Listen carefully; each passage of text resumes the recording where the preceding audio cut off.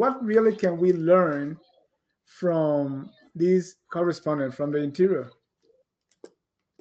The first thing is that there was correspondence, that our people were literate, our people could read and write.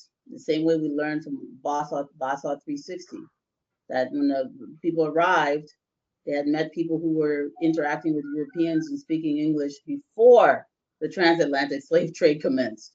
So this is very important. So before anybody was ever even taken into slavery, we had people on the Grain Coast speaking English and interacting with outsiders. So we were have never been some isolated population. And I like to use the derogatory term of booga boogas, drum beating booga boogas, living in the swamp. That's not who we've ever been. So that's the first thing. The second thing is dispelling this myth of some massive illiterate population. Here you have complex people who are not only reading and writing a script, but reading and writing their own languages in the script, not just Arabic.